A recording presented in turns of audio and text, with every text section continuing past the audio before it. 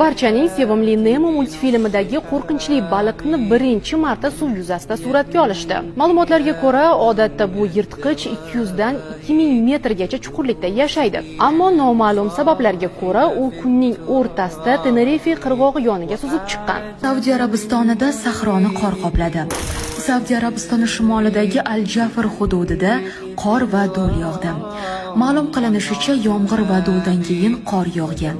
Meteorologlar qorni Arab dengizidagi past bosimli hududlarning kengayishi va ularning Ummon tomon siljishi bilan izohlamoqda. Amerikaning NASA kompaniyasi olimlari Quyoshdan kelayotgan qandaydir tovushni sezishdi va uni 40 kun davomida eshitib, bu ovozlarni yozib olishdi.